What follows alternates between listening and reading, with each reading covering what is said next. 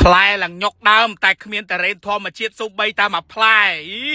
គឺទៅហាងនេះហ៊ានប្រកាសតែខ្លួនឯងគ្មានតរ៉េនធម្មជាតិទេអញ្ចឹងសម្រាប់យីហោស្ដាច់តរ៉េនមកបងអត់មានតរ៉េនធម្មជាតិលក់ទេបងអត់មានតរ៉េនធម្មជាតិទេហាងដាច់តរ៉េនអត់មានតរ៉េនធម្មជាតិទេបាទអញ្ចឹងសួរថាហ៊ានញ៉ាំអត់សំខាន់គឺគាត់ហ៊ានធានាថាបើមិនពេញចិត្តមិនឆ្ងាញ់ដូរយកលុយវិញបានទៀតមិនឆ្ងាញ់ដូរតរ៉េនវិញមិនឆ្ងាញ់សងលុយវិញបាទយីមិនធម្មតាមែនមួយកេះ160000មាន10គីឡូក្នុងមួយកេះហើយគាត់មានដល់100កេះត្រៀមចាំពុកម៉ែបងប្អូនហើយបើសរុបហ្មងគឺ1000កេះហើយក្នុងមួយថ្ងៃ100កេះហ្នឹងគឺគាត់ដាក់រង្វាន់30កេះហើយមានរង្វាន់ទៀតណាក្នុងតរ៉េនហ្នឹងអញ្ចឹងមួយកេះ160000នេះពុកម៉ែបងប្អូនទិញអាចនឹងមានឈ្នះមួយកេះហើយថែមមួយកេះទៀតក្នុងស្លឹកឆ្នោតហ្នឹងមានអារង្វាន់ធំនេះគឺមួយកេះថែមមួយកេះមានថែមបាយតណើបតរ៉េនមានថែមតរ៉េនមួយផ្លែនិយាយទៅគឺគាត់មានរង្វាន់សឹងថាគ្រប់កេះហើយពុកម៉ែបងប្អូនរង្វាន់ធំបាទមួយកេះថែមមួយកេះរង្វាន់ធំជាងគេគឺទុរេនមួយកេះ10គីឡូបាទស្លឹកឆ្នោតខ្លះគឺកេះខ្លះគឺអាចមានថែមជាផ្លែតរ៉េនមួយផ្លែហ្មងបាទហើយនឹងមាន free បាយតណើបទៀតបាទ free បាយតណើបបំអប់អញ្ចឹងណាបាទអញ្ចឹងមួយថ្ងៃយើងមាន promotion 100កេះបាទហើយក្នុង100កេះហ្នឹងមាន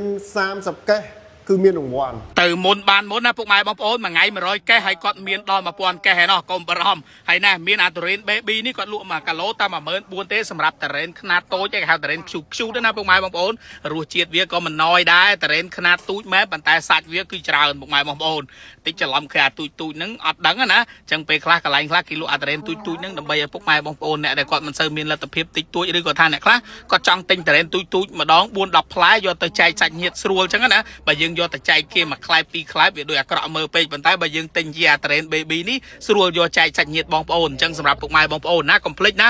មកសាករសជាតិតរ៉េនដែលហាងតរ៉េនស្ដាច់តរ៉េននេះគឺគាត់បានសហការទទួលចែកចាយតរ៉េនផ្ទាល់ពីចំការសមាជិក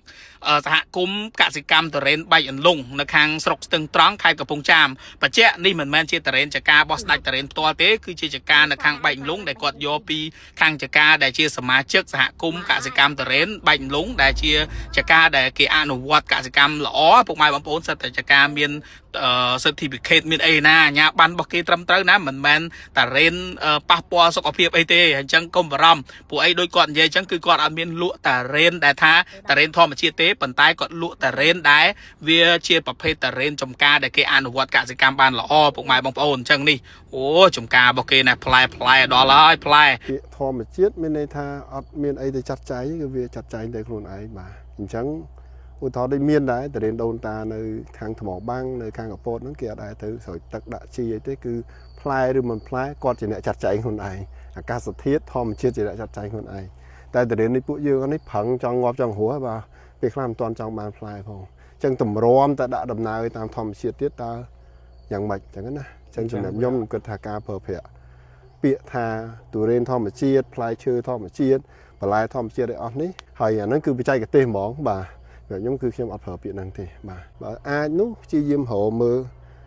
ដំណាំណាដែលមាន Chem Gap បាទការអនុវត្តកសិកម្មល្អដែលទទួលស្គាល់ដោយក្រសួង